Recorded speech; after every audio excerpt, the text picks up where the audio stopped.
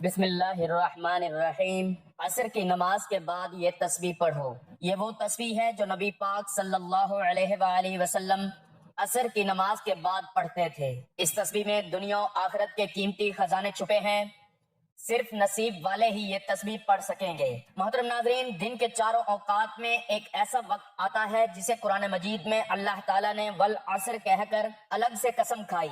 یہ وہ وقت ہے جب سورج ڈھل رہا ہوتا ہے، دن کی روشنی مدھم پڑ رہی ہوتی ہے اور دنیا کی مصروفیت اپنے اختتام کی جانب بڑھ رہی ہوتی ہیں۔ اس وقت کی خاموشی اور سنجیدگی انسان کو قدرت کی طرف متوجہ کرتی ہے۔ عصر کا وقت ایک ایسا روحانی لمحہ ہے جو نہ صرف عبادت کی قبولیت کے لیے اہم ہے بلکہ قسمت کے بند دروازے کھولنے والا ہے۔ عصر کے وقت کا تعلق بہت سے روحانی رازوں اور قبولیت کی ساعتوں سے ہے، اسی لیے نبی کریم صلی اللہ علیہ وآلہ وسلم نے اس وقت کے بارے میں امت کو خاص طور پر متنبہ فرمایا ہے۔ یہ وہ لمحہ ہے جب انسان دن بھر کی دوڑ دھوپ کے بعد اپنے رب کی طرف رجوع کرتا ہے۔ نبی کریم صلی اللہ علیہ وآلہ وسلم کی سنتوں میں سے ایک عظیم سنت یہ بھی ہے کہ آپ عصر کے بعد خاص تسبیح پڑھا کرتے تھے جس میں دنیا و آخرت کے خزانے پوشیدہ ہیں۔ یہ تسبیح صرف الفاظ نہیں بلکہ ایک ایسی روحانی کنجی ہے جو دلوں کی قفل کو کھول دیتی ہے۔ یہ وہ ذکر ہے جو مایوسی کو امید، بے سکونی کو سکون اور تنگدستی کو فراوانی میں بدل دیتا ہے۔ اس تسبیح کے لیے قرآن و سنت میں بے شمار اشارے ملتے ہیں اور اہل دل نے اس کے فوائد کو نسل در نسل منتقل کیا ہے۔ نبی پاک صلی اللہ علیہ وآلہ وسلم کی حیات طیبہ میں عصر کے بعد کا وقت بہت خاص تھا۔ آپ صلی اللہ علیہ وآلہ وسلم نے اپنی امت کو اسی وقت کی دعاؤں، اذکار اور تسبیحات کی تعلیم دی۔ اسی وقت میں حضرت جبرائیل علیہ السلام کئی بار نزول فرمایا کرتے اور اسی وقت میں حضرت فاطمہ الزہرا رضی اللہ تعالیٰ عنہ کو خاص دعائیں عطا کی جاتی۔ امام حسن بصری رحمۃ اللہ علیہ، حضرت علی کرم اللہ وجہ الکریم اور دیگر اکابرین اس وقت کو باب رحمت کہا کرتے تھے۔ اسلامی تاریخ کے اہم واقعات جیسے غزوہ بدر، صلح حدیبیہ اور دیگر مواقع پر عصر کے وقت کی دعائیں قبول ہوئیں۔ عصر کے وقت مانگی گئی دعائیں دیر پا اور مؤثر ثابت ہوئیں۔ یہی وجہ ہے کہ علماء کرام اس وقت کی دعاؤں کو ذریعہ نجات اور وسیلہ برکت کہتے ہیں۔ ناظرین، عصر کی نماز کو قرآن میں خاص مقام حاصل ہے۔ حافظوا علی الصلاۃ والصلاۃ الوسطی، نماز کی حفاظت کرو، بالخصوص درمیانی نماز۔ اکثر مفسرین کے مطابق صلاۃ الوسطی سے مراد عصر کی نماز ہے۔ نبی کریم صلی اللہ علیہ وآلہ وسلم نے فرمایا، جس نے عصر کی نماز چھوڑ دی اس کے اعمال ضائع ہو گئے۔ عصر کی نماز کو منافقین سب سے زیادہ ترک کرتے تھے، اس لیے جو اسے ادا کرتا ہے وہ ایمان کی علامت ظاہر کرتا ہے۔ جس نے عصر کی نماز ادا نہ کی گویا اس کے اہل و مال سب کچھ برباد ہو گیا۔ جو شخص فجر اور عصر کی نماز پڑھ لیتا ہے وہ جنت میں داخل ہوگا۔ فرشتے تمہارے پاس رات اور دن میں آتے ہیں اور وہ فجر اور عصر کی نماز میں جمع ہوتے ہیں۔ عصر کی نماز چھوڑنے والا گویا کفر کے قریب جا پہنچتا ہے۔ عصر اور فجر کی نماز دیکھو، اس میں فرشتوں کی گواہی ہوتی ہے۔ جو شخص عصر کی نماز کی پابندی کرے گا اللہ اسے عرش کا سایہ عطا فرمائے گا۔ جو نماز عصر چھوڑے وہ شیطان کی اطاعت میں داخل ہو جاتا ہے۔ عصر کی نماز کا ایک رکعت چھوڑ دینا دنیا و مافیا سے زیادہ نقصان دہ ہے۔ ناظرین، غزوہ بدر اسلام کی تاریخ کا پہلا اور فیصلہ کن معرکہ تھا جو 17 رمضان المبارک 2 ہجری کو میدان بدر میں پیش آیا۔ اس معرکے میں اللہ تعالیٰ نے مسلمانوں کو اپنی غیبی مدد سے فتح عطا فرمائی اور سب سے اہم لمحہ وہ تھا جب عصر کے وقت اللہ تعالیٰ نے فرشتے نازل فرمائے جنہوں نے مسلمانوں کے ساتھ مل کر جنگ لڑی۔ یہ واقعہ قرآن کریم میں بھی بیان ہوا ہے اور احادیث مبارکہ میں بھی اس کی تفصیلات موجود ہیں۔ جب رسول اللہ صلی اللہ علیہ وآلہ وسلم نے مدینہ منورہ میں اسلامی ریاست قائم کی تو قریش مکہ کو یہ برداشت نہ ہوا۔ انہوں نے مسلمانوں پر حملے کی تیاری شروع کر دی۔ اسی دوران ایک قافلہ جو ابو سفیان کی سربراہی میں شام سے مکہ واپس جا رہا تھا اسے روکنے کی کوشش میں مسلمان بدر کے مقام پر پہنچے، مگر قافلہ بچ کر نکل گیا اور مکہ سے قریش کا لشکر جرار مسلمانوں کے مقابلے کے لیے آ گیا۔ مسلمانوں کی تعداد صرف 313 تھی جبکہ قریش کا لشکر 1000 سے زائد جنگجوؤں پر مشتمل تھا۔ نہ مسلمانوں کے پاس مکمل اسلحہ تھا، نہ گھوڑے اور ذرے، مگر ان کے دل اللہ کی محبت، توکل اور ایمان سے لبریز تھے۔ نبی کریم صلی اللہ علیہ وآلہ وسلم نے میدان بدر میں ایک رات قبل دعا میں ہاتھ اٹھا کر اللہ تعالیٰ سے التجا کی، اے اللہ اگر آج یہ جماعت مسلمان ہلاک ہو گئی تو روئے زمین پر کوئی تیری عبادت کرنے والا باقی نہیں رہے گا۔ اللہ تعالیٰ نے قرآن مجید میں فرمایا اِذْ تَسْتَغِیثُونَ رَبَّکُمْ فَاسْتَجَابَ لَکُمْ إِنِّی مُمْدِدْکُمْ بِأَلْفٍ مِّنَ الْمَلَائِکَةِ مُرْدِفِینَ۔ جب تم اپنے رب سے مدد مانگ رہے تھے تو اس نے تمہاری دعا قبول فرمائی کہ میں تمہاری مدد کے لیے 1000 فرشتے بھیج رہا ہوں جو ایک کے بعد ایک آتے جائیں گے۔ جب جنگ کا وقت آیا اور دشمن اپنے پورے ساز و سامان کے ساتھ میدان میں اترا تو اللہ تعالیٰ نے عصر کے قریب فرشتے نازل فرمائے۔ حضرت عبداللہ بن عباس رضی اللہ تعالیٰ عنہ فرماتے ہیں نبی کریم صلی اللہ علیہ وآلہ وسلم نے فرمایا جبرائیل علیہ السلام میرے پاس آئے اور کہا اللہ تعالیٰ نے تمہاری مدد کے لیے آسمان سے فرشتے اتار دیے ہیں اور وہ اس وقت صفیں باندھ کر جنگ کے لیے تیار ہیں۔ صحابہ کرام رضی اللہ تعالیٰ عنہم نے کئی بار ایسے مناظر دیکھے جہاں ایک سفید لباس میں ملبوس سوار آسمانی رفتار سے کفار پر حملہ آور ہوتا۔ کئی کفار بعد میں کہتے تھے کہ ہم نے ایسی مخلوق دیکھی جو انسان نہ تھی۔ بعض کفار کے جسم پر ایسے زخم آئے جن کا وار کسی انسان نے نہ کیا تھا۔ حضرت رفاع بن رافع رضی اللہ تعالیٰ عنہ فرماتے ہیں ہم نے جنگ میں دیکھا کہ دشمن کے سروں پر تلواریں چل رہی تھیں حالانکہ وہاں کوئی انسان نہ تھا۔ ہم نے سمجھا کہ یہ اللہ تعالیٰ کی طرف سے فرشتے ہیں۔ جبرائیل علیہ السلام نے نبی کریم صلی اللہ علیہ وآلہ وسلم سے فرمایا ہم نے آج بدر میں جنگ کی ہے اور یہ ہمارے لیے بھی آزمائش تھی۔ اس غیبی امداد اور مسلمانوں کے ایمان و حوصلے کے باعث قریش کے 70 بڑے سردار مارے گئے جن میں ابو جہل، امیہ بن خلف، عتبہ، شیبہ وغیرہ شامل تھے۔ 70 قیدی بنا لیے گئے۔ مسلمانوں کو عظیم الشان فتح نصیب ہوئی۔ اللہ تعالیٰ نے اس فتح کے ذریعے مسلمانوں کے دلوں کو مضبوط کر دیا، کفار کو عبرت کا نشان بنا دیا اور دنیا پر واضح کر دیا کہ اللہ ان لوگوں کی مدد فرماتا ہے جو دین حق کی مدد کرتے ہیں۔ اسی طرح حضرت علی کرم اللہ وجہ الکریم نے فرمایا میں نے جب بھی عصر کے بعد دعا مانگی وہ کبھی رد نہ ہوئی۔ ناظرین اللہ تعالیٰ کا ذکر کرنے سے انسان کو جہاں روحانی فوائد ملتے ہیں وہاں ساتھ دنیاوی فوائد بھی ملتے ہیں۔ قرآن اور حدیث میں واضح طور پر ذکر کیے گئے ہیں، یعنی تسبیح اللہ کی ایک اہم عبادت ہے جو انسان کو اللہ پاک کے قریب لے آتی ہے اور اس کے دل میں سکون، اطمینان اور روحانی سکون پیدا کرتی ہے۔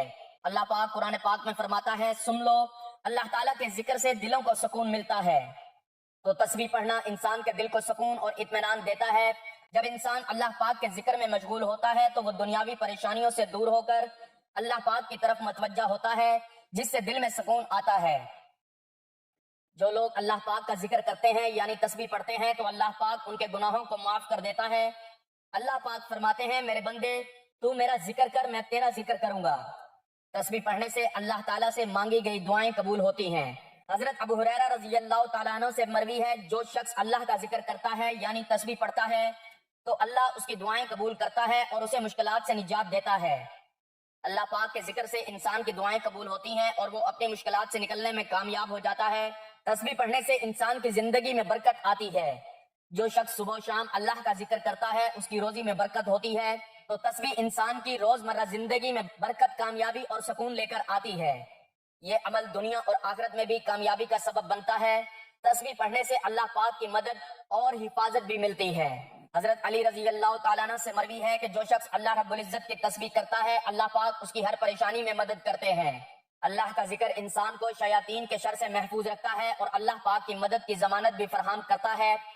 اگر آپ چاہتے ہیں کہ اللہ پاک آپ کو دونوں جہاں میں عزت و کامرانی عطا فرمائے، کبھی کسی کے محتاج نہ ہو، کبھی کسی کے سامنے ذلت اور رسوائی کا سامنا نہ کرنا پڑے، دشمنوں سے، حاسد سے ہمیشہ محفوظ رہے، تو آپ یہ بازی پلٹنے والی تسبیح ضرور پڑھیں۔ اس تسبیح کو پڑھنے والے کے حق میں اللہ پاک سارے فیصلے فرما دیتا ہے۔ اس کے تمام مقاصد، اس کی خواہشات، اس کی مرادیں، اس کی تمنائیں پوری کی جاتی ہیں۔ اس کے ہر کام پر اللہ پاک کن کا حکم فرما دیتا ہے اور اس کا ہر ناممکن کام اس کے حق میں کر دیا جاتا ہے اور وہ ممکن کر دیا جاتا ہے۔ اس تسبیح سے انشاءاللہ دونوں جہاں میں عزت و کامرانی آپ کا مقدر بن جائے گی، کامیابی آپ کے قدم چومے گی۔ انسان جب کبھی اپنی زندگی کے مقصد کو سمجھنے کی کوشش کرتا ہے تو اسے اس حوالے سے مختلف قسم کے آراء سننے کو ملتے ہیں۔ اللہ تعالیٰ نے قرآن مجید میں اس حوالے سے بہت ہی واضح اور خوبصورت باتیں ارشاد فرمائی ہیں۔ اللہ تعالیٰ سورۃ انبیاء کی آیات میں ارشاد فرماتے ہیں اور نہیں ہم نے پیدا کیا آسمان اور زمین کو اور جو کچھ ان دونوں کے درمیان ہے کھیلتے ہوئے، یعنی بے مقصد پیدا نہیں کیا۔ اگر ہم چاہتے کہ ہم بنائیں کوئی کھیل تماشا تو یقیناً ہم بنا لیتے اسے اپنے پاس سے اگر ہم ہوتے ایسا کرنے والے۔ اسی طرح اللہ تعالیٰ سورۃ مومنون میں ارشاد فرماتے ہیں تو کیا تم نے سمجھ لیا کہ بے شک ہم نے پیدا کیا تمہیں بے مقصد ہی، اور یہ کہ بے شک ہماری طرف تم نہیں لوٹائے جاؤ گے؟ بس بہت بلند ہے اللہ جو حقیقی بادشاہ ہے، نہیں ہے کوئی معبود مگر وہ حقیقی رب ہے عزت والے عرش کا، اور جو پکارے اللہ پاک کے ساتھ کسی دوسرے معبود کو، نہیں کوئی دلیل اس کے پاس اس کی، تو بے شک اس کا حصہ اس کے رب کے پاس ہے۔ بلا شبہ یہ حقیقت ہے کہ کافر لوگ کبھی فلاح نہیں پائیں گے۔ سورۃ زاریات میں اللہ تعالیٰ نے انسان اور جنوں کی تخلیق کے مقصد کو نہایت احسن انداز میں واضح فرما دیا۔ اللہ تعالیٰ ارشاد فرماتے ہیں، اور میں نے نہیں پیدا کیا جنوں اور انسانوں کو مگر اس لیے کہ وہ میری عبادت کریں۔ تمام آیات پر غور و فکر اور تدبر کرنے کے بعد یہ بات سمجھ میں آتی ہے کہ تخلیق انسانیت کا مقصد در حقیقت اللہ تعالیٰ کی معرفت حاصل کرنا، اس کی بندگی اور عبادت کو بجا لانا ہے۔ ان عبادات کو بجا لانے کے مختلف طریقے کتاب و سنت میں مذکور ہیں، جن میں ایک انتہائی خوبصورت اور آسان طریقہ اللہ تبارک و تعالیٰ کا مسلسل ذکر کرنا ہے۔ ذکر الہی انوار کی کنجی ہے، بصیرت کا آغاز ہے اور جمال فطرت کا اقرار ہے۔ یہ حصول علم کا جال ہے، یہ تماشا گاہ ہستی کی جلوہ آرائی اور حسن آفرینیوں کا اقرار ہے۔ ذاکر کے ذکر میں، زاہد کی فکر میں خالق کے آفاق کی جھلک نظر آتی ہے۔ ذکر الہی دراصل خالق حقیقی سے رابطے کی ایک شکل ہے۔ سورۃ العنکبوت میں ارشاد ربانی ہے، اور یقین کرو کہ اللہ پاک کا ذکر ہر چیز سے بزرگ تر ہے۔ اللہ تعالیٰ کے ذکر میں نماز، تلاوت قرآن مجید، دعا اور استغفار سب شامل ہیں۔ بقول حافظ ابن القیم رحمۃ اللہ علیہ، اللہ کی بڑی عظمت، اہمیت اور برکات ہیں۔ ذکر اللہ سے اللہ کا قرب نصیب ہوتا ہے اور انسان کی روحانی ترقی ہوتی ہے۔ ذکر اللہ سے قلوب منور ہو جاتے ہیں۔ ذکر اللہ ہی وہ راستہ اور دروازہ ہے جس کے ذریعے ایک بندہ بارگاہ الہی تک پہنچ سکتا ہے۔ حضرت ابو ہریرہ رضی اللہ تعالیٰ عنہ اور حضرت ابو سعید خدری رضی اللہ تعالیٰ عنہ سے روایت ہے کہ رسول اللہ صلی اللہ علیہ وآلہ وسلم نے فرمایا، جب بھی اور جہاں بھی کچھ بندگان اللہ کا ذکر کرتے ہیں تو لازمی طور پر فرشتے ہر طرف سے ان کے گرد جمع ہو جاتے ہیں اور ان کو گھیر لیتے ہیں، اور رحمت الہی ان پر چھا جاتی ہے اور ان کو اپنے سایہ میں لے لیتی ہے، اور ان پر سکینہ کی کیفیت نازل ہوتی ہے، اور اللہ تعالیٰ مقربین فرشتوں میں ان کا ذکر کرتے ہیں۔ بخاری شریف میں بحوالہ حضرت ابو ہریرہ رضی اللہ تعالیٰ عنہ درج ہے کہ رسول اللہ صلی اللہ علیہ وآلہ وسلم نے فرمایا، اللہ تعالیٰ کا ارشاد ہے، جس وقت بندہ میرا ذکر کرتا ہے اور میری یاد میں اس کے ہونٹ حرکت کرتے ہیں تو اس وقت میں اپنے اس بندے کے ساتھ ہوتا ہوں۔ اللہ تعالیٰ نے ارشاد فرمایا، بے شک اللہ کا ذکر بہت بڑی چیز ہے۔ اللہ تعالیٰ نے ذکر الہی کے فوائد بتلاتے ہوئے یہ بات بھی ارشاد فرمائی ہے کہ جب کوئی شخص اللہ تعالیٰ کا ذکر کرتا ہے تو اللہ تعالیٰ بھی اس کا ذکر کرتے ہیں۔ چنانچہ اللہ تعالیٰ سورۃ بقرہ میں ارشاد فرماتے ہیں، تم میرا ذکر کرو میں بھی تمہیں یاد کروں گا، میری شکر گزاری کرو اور ناشکری سے بچو۔ اس آیت مبارکہ سے یہ بات سمجھ میں آ جاتی ہے کہ جس شخص کا ذکر اللہ تعالیٰ کرتے ہوں اس شخص کی زندگی میں اللہ تعالیٰ کی تائید، نصرت اور فضل ہر حال میں شامل ہو جاتے ہیں۔ چنانچہ ہمیں کثرت سے اللہ تعالیٰ کا ذکر کرنا چاہیے۔ اللہ تعالیٰ نے سورۃ احزاب میں ان لوگوں کا ذکر کیا جن لوگوں کے لیے اللہ تعالیٰ نے مغفرت اور اجر عظیم تیار کر رکھا ہے۔ اس آیت مبارکہ سے یہ بات معلوم ہو جاتی ہے کہ وہ لوگ جن کے لیے اللہ تعالیٰ نے وسیع مغفرت اور بڑا ثواب تیار کر رکھا ہے، ان لوگوں میں باکثرت اللہ تعالیٰ کا ذکر کرنے والے مرد اور عورتیں بھی شامل ہیں۔ نماز کی ادائیگی کا ذکر کرتے ہوئے اس کو بیان کیا گیا کہ نماز فحشی اور برے کاموں سے روکتی ہے۔ ساتھ ہی اللہ تعالیٰ ارشاد فرماتے ہیں کہ اللہ تعالیٰ کا ذکر بہت بڑا کام ہے۔ سورۃ العنکبوت میں ارشاد ہوا، جو کتاب آپ کی طرف وحی کی گئی اسے پڑھیے اور نماز قائم کریں، یقیناً نماز بے حیائی اور برائی سے روکتی ہے۔ بے شک اللہ کا ذکر بہت بڑی چیز ہے۔ اس آیت مبارکہ پر تدبر کرنے سے یہ بات معلوم ہوتی ہے کہ اللہ تعالیٰ کا ذکر کرنے کے نتیجے میں انسان کو جو فوائد حاصل ہوتے ہیں وہ منکرات کے اجتناب سے کہیں بڑھ کر ہیں۔ چنانچہ ہر مومن مسلمان کو بکثرت اللہ تعالیٰ کا ذکر کرنا چاہیے۔ تو ناظرین محترم، وقت کی نزاکت کو مد نظر رکھتے ہوئے چلتے ہیں وظیفے کی جانب اور آپ کو بتاتے ہیں وہ تسبیح جو نماز عصر کے بعد پڑھنی چاہیے، جسے حضور صلی اللہ علیہ وآلہ وسلم بھی نماز عصر کے بعد پڑھا کرتے تھے، کہ جس میں دنیا و آخرت کے قیمتی خزانے چھپے ہیں، بہت سے راز پوشیدہ ہیں اور نصیب والے ہی یہ تسبیح پڑھ سکتے ہیں۔ آپ نے اپنے کسی بھی مقصد کے لیے، کسی بھی مشکل یا پریشانی سے نکلنے کے لیے، خاص طور پر اللہ پاک کی فوری مدد حاصل کرنے کے لیے، راستے سے ہر رکاوٹ فوراً دور کرنے کے لیے، ہر ناممکن کام کو ممکن کرنے کے لیے غرض اس تسبیح کو کسی بھی حاجت کے لیے پڑھ لینا ہے، تو سب سے پہلے آپ نے نماز عصر ادا کر لینی ہے۔ اس کے بعد اگر آپ چاہیں تو نماز کے بعد بھی اس تسبیح کو پڑھ سکتے ہیں۔ اگر نماز کے بعد نہیں پڑھ سکتے تو چلتے پھرتے، اٹھتے بیٹھتے، جب جہاں جیسے آپ کو وقت مل جائے، مغرب کی نماز سے پہلے آپ نے اس تسبیح کو لازمی پڑھ لینا ہے۔ اس کے لیے باوضو حالت میں سب سے پہلے درود پاک پڑھ لینا ہے۔ ثواب کے طور پر ایک مرتبہ میرے ساتھ بھی درود پاک پڑھ لیجئے۔ اللہم صلی علی محمد وعلی آل محمد کما صلیت علی ابراہیم وعلی آل ابراہیم انک حمید مجید اللہم بارک علی محمد وعلی آل محمد کما بارکت علی ابراہیم وعلی آل ابراہیم انک حمید مجید۔ درود پاک پڑھنے کے بعد آپ نے اپنے مقصد کی نیت کرنی ہے، اور جب آپ نیت کر لیں تو فوری طور پر آپ نے اعوذ باللہ من الشیطان الرجیم اور بسم اللہ الرحمن الرحیم پڑھ کر وظیفے کا آغاز کرنا ہے، اور سب سے پہلے اللہ پاک کے ناموں کی تسبیح شروع کر دینی ہے، اور اللہ پاک کے یہ 3 نام یا اللہ، یا رحمان، یا رحیم، ان کا ورد شروع کر دینا ہے، اور ان 3 ناموں کو 101 مرتبہ پڑھنا ہے۔ حضرت علی رضی اللہ تعالیٰ عنہ سے مروی ہے کہ اگر تم پریشان ہو تو اللہ کے نام کا ذکر کثرت سے کیا کرو یا تسبیح کرو تو اللہ پاک اس کی تمام مشکلات آسان کر دیتا ہے۔ اس کے لیے یا اللہ، یا رحمان، یا رحیم کا ذکر پڑھتے رہیں۔ اللہ پاک کے یہ تینوں ناموں کا ذکر کرنے کے بعد آپ نے آج کے عمل کی تسبیح پڑھنی ہے، جو اس عمل کی ریڑھ کی ہڈی ہے۔ آپ نے سبحان اللہ و بحمدہ سبحان اللہ العظیم استغفر اللہ و اتوب الیہ، یہ وہ کلمات ہیں جو نبی کریم صلی اللہ علیہ وآلہ وسلم عصر کے بعد کثرت سے پڑھا کرتے تھے۔ ان کلمات میں اللہ کی پاکیزگی کا اظہار، اس کے شکر کی علامت، بخشش کی درخواست ہے۔ اس کی مکمل ایک تسبیح پڑھنی ہے، یعنی پورے 100 مرتبہ آپ نے ان کلمات کی تسبیح پڑھنی ہے۔ اس کے بعد آپ نے قرآن پاک کی ایک بہت ہی مختصر اور جامع سورت یعنی سورۃ الکوثر 3 مرتبہ پڑھنی ہے۔ بسم اللہ الرحمن الرحیم انا اعطیناک الکوثر فصل لربک وانحر ان شأنک هو الابتر۔ 3 مرتبہ سورۃ الکوثر پڑھنے کے بعد آپ نے اتنا ہی درود پاک پڑھ لینا ہے جتنا وظیفہ شروع کرنے سے پہلے پڑھا تھا۔ یہ عمل بہت ہی کمال کا عمل ہے، بہت ہی مجرب وظیفہ ہے۔ آپ نے اس کو نماز عصر کے بعد لازمی پڑھنا ہے۔ اس تسبیح کو پڑھنے کا معمول بنا لیں۔ اس تسبیح میں دنیا و آخرت کے راز پوشیدہ ہیں، فیصلے آپ کے حق میں ہوں گے، جیسا آپ چاہیں گے ویسا ہوگا۔